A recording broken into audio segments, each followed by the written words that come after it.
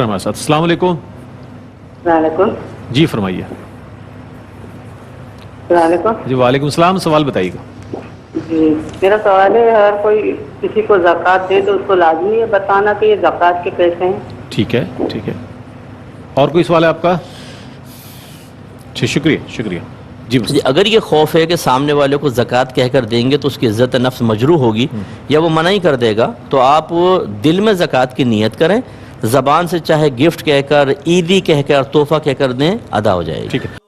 कि हज़रत वाइल बिन हजर रिवायत करते हैं कि एक शख्स हज़रत अली रदी अल्लाह तआला अन्हु के पास आया और उसने कहा कि मुझे कर्ज़ ने बहुत ज़्यादा तंग कर रखा है, कर्ज़ा बहुत हो गया है। तो आपने शायद फरमाया कि क्या मैं तुम्हें एक ऐसी दुआ तालीम ना कर दूं कि नबी करीम ने फरमाया कि किसी पर पहाड़ के बराबर कर्जा भी हो तो वो अदा हो जाएगा। और फिर आपने ये दुआ फरमाई जो स्क्रीन पे चल रही है कि अल्लाहुम्मा कफ़िनी बिहलालिका अन हरामिका अग़निनी बिफ़ज़लिका अम्मन सिवाक, यानी या अल्लाह अपने हलाल की किफ़ायत के ज़रिए हराम से बचा और अपने फ़ज़ल के ज़रिए अपने अलावा दूसरों से मुस्तग़नी कर दे। तो ये कलिमात के अंदर अपनी तासीरात होती हैं, अगर वो सिद्क़ दिल के साथ, कामिल यकीन के साथ इंसान अदा करे तो अल्लाह ताला ज़रूर करम फरमाता है।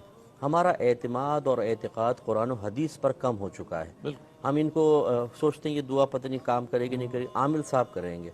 और अगर वो भारी कोई वजीफ़ा बता देना कि 4000 बार फजर के बाद पढ़ना, 3000 बार जोहर के बाद, आप ही कर दें, असर के बाद पेश करना नहीं, उसमें लग जाएंगे और समझेंगे कि ये शायद क्योंकि भारी वजीफ़ा है ना, तो वो अल्लाह ताला फ़ौरन हमारा काम कर देगा। और या फिर वही जैसे आपने फरमाया जो सुस्त आज़म होता है, वो कहता है जी मुझे छोड़ें, सब कुछ आप ही कर दें, ये गलत है। ये दुआएं पढ़ें, इंशाल्लाह बरकत होगी। चीज़ें अल्लाह का जिक्र करती हैं, खुसूसन तर चीज़ें, और मुर्दा जो होता है वो इन तर चीज़ों से राहत पाता है। तो उम्मीद तो है जैसे कि नबी करीम सल्लल्लाहु अलैहि वसल्लम ने वो तर शाख कब्र पर गाड़ दी थी, हालांकि दरख्त तो वैसे करीब ही था, लेकिन सरकार ने उस तर शाख को लिया और दोनों को गाड़ा। इसका मतलब है गाड़ने में यानी कब्र के साथ उसके इत्तिसाल में एक राज पोशीदा है, उससे मुर्दे को हकीकतन अजाब में तखफीफ का फ़ायदा हासिल होता है।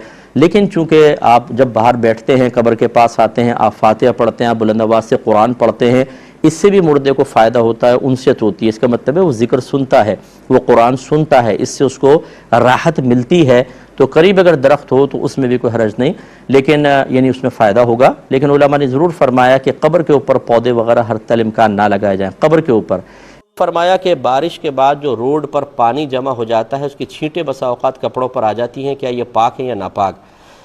देखें, अल्लाह ताला ने शायद फरमाया कि वल्लज़ी खलक़ लकुम मा फ़िल अर्दि जमीआ, अल्लाह ताला वो ज़ात है जिसने ज़मीन पर जो कुछ है सब का सब तुम्हारे नफ़े के लिए पैदा किया है, और नफ़ा हलाल और पाक से उठाया जा सकता है।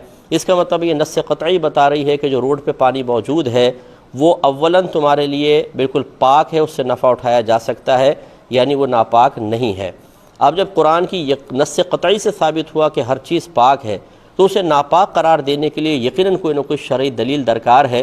खाली अपने गुमान से हम किसी चीज़ को नापाक नहीं कह सकते, अंदाज़े से नापाक नहीं कह सकते, क्योंकि अंदाज़े से जो कुछ आप साबित करेंगे वो शक होगा, ज़न्नी चीज़ होगी। और कुरान से हर चीज़ का पाक होना क़तई तौर पर साबित हुआ, तो ज़न्नी क़तई के मुकाबले में, यकीनी के मुकाबले में नहीं आ सकता। यकीन यकीन के मुकाबले में आकर उसको ज़ाइल कर सकता है। अब इसके नापाक होने का यकीन कैसे हासिल होगा?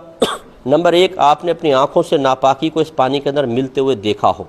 नंबर दो, कोई ऐसा शख्स जिसका ज़ाहिर बाशरा हो, कभी उसने आपके सामने झूठ ना बोला हो, नमाजी हो, मुत्तकी हो, परहेज़गार हो, वो ये कह रहा हो कि मैंने अपनी आंखों से इसमें नापाक पानी मिलते देखा है, अगरचे अभी नज़र नहीं आ रहा लेकिन मैंने मिलते हुए देखा है, तो उसकी खबर का एतबार करना लाजिम है। अब यकीन हासिल हो गया, इससे बचना लाजिम होगा, ये नापाक होगा। तीसरी सूरत यह है कि ख़ुद पानी के अंदर नजासत का असर ज़ाहिर है। असर का मतलब रंग या स्मेल वगैरह है, काले रंग का पानी है, स्मेल बदबू आ रही है गटर की, तो इसका मतलब ये नापाक है।